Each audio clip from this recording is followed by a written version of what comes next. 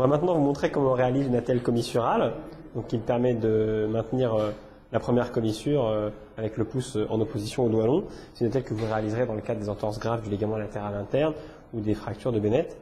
En tout cas, c'est une attelle qui est importante à savoir faire aux urgences. Alors, la position d'immobilisation pour les attelles commissurales, vous devez imaginer que le patient doit pouvoir attraper, bon ici une nouvelle bande, ou sinon on dit une position de canette. Il faut qu'il puisse attraper une canette sans avoir à bouger les doigts. Ça permet d'avoir un pouce qui est en bonne situation d'opposition. Il a tendance à se mettre dans des positions de repos antalgique quand il est traumatisé, le pouce. Et donc il ira se placer dans le creux de la main, où il perdra en tout cas cette attitude d'opposition que vous devez absolument restaurer par votre attelle. C'est là tout son intérêt. Voilà, donc on commence par mettre la première couche de jersey au contact de la peau, toujours en libérant cette pastille pour la colonne du pouce. Voilà le jersey, la première couche. On recouvre ensuite de velband la colonne du pouce en laissant, en général, on prend soin de laisser l'interphalangienne du pouce libre, parce qu'il n'y a pas de raison de l'immobiliser. Vous voyez, on recouvre la colonne du pouce en laissant l'interphalangienne libre, et la main,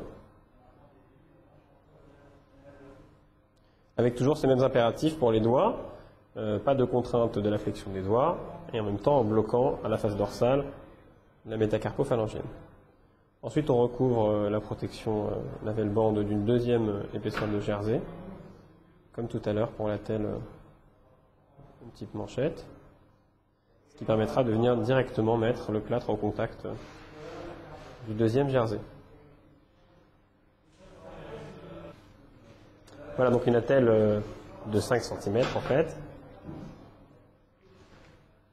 Donc encore une fois, on s'assure que tout est bien prêt avant de la mouiller. On la mouille, on attend qu'elle arrête de buller. On peut l'essorer un peu.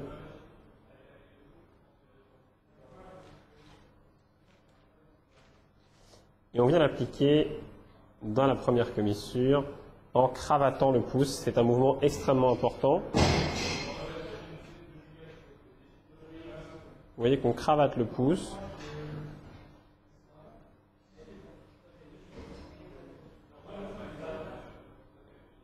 Voilà, on laisse libre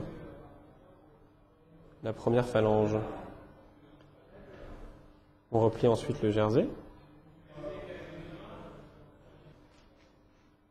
Enfin, on maintient l'ensemble avec une bande de velpo.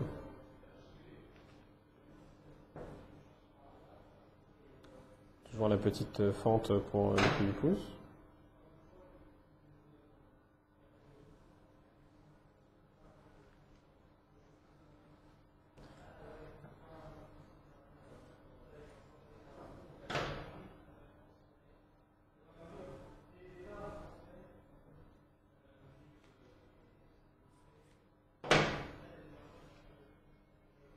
Alors encore une fois, vous avez pris soin de faire préparer au préalable du sparadrap.